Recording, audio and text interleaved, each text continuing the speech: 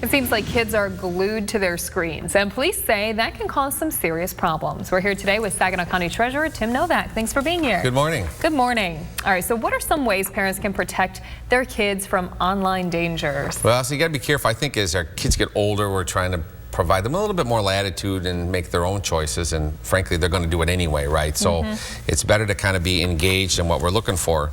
So some things is they're downloading things on their phones and stuff because they're gone all the time. Approve every app on your kid's phone. Another one is just check the privacy settings, or they don't have to allow everybody in the universe to have access to what they're doing online. You can control it with your friends and family.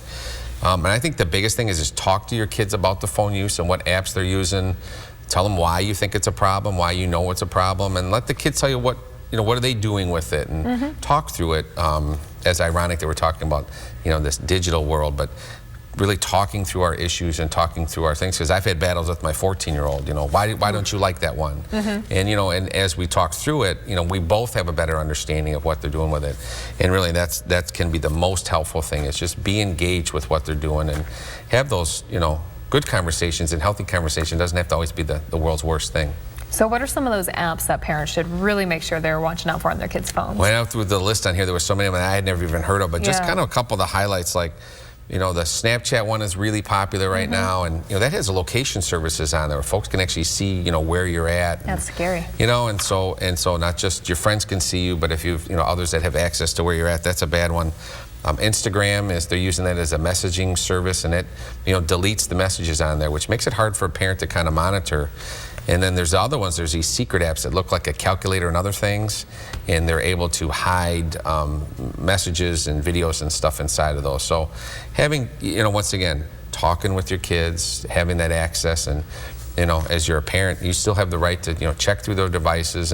But I think it's if you're doing it with them and making it so they have an understanding as they're trying to grow up that these are bad, but there's good things you can do with them, and there are fun things to do with all these apps. So you don't want to completely disengage, and they're going to do it anyway. So why not? They're smarter than we are in a lot of this stuff. So.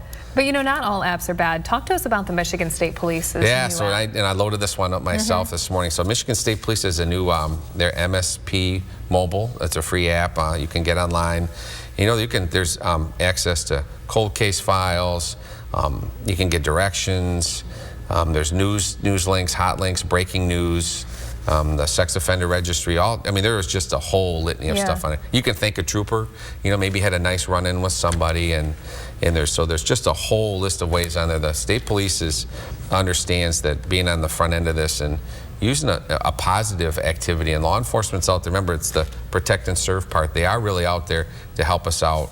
Not just catch us when we're speeding, right? So they're out there to, so it's really, and even just the few minutes that I was on there's a bunch of stuff to really access and see to help us feel safe and be more engaged and aware of what's going on in the state.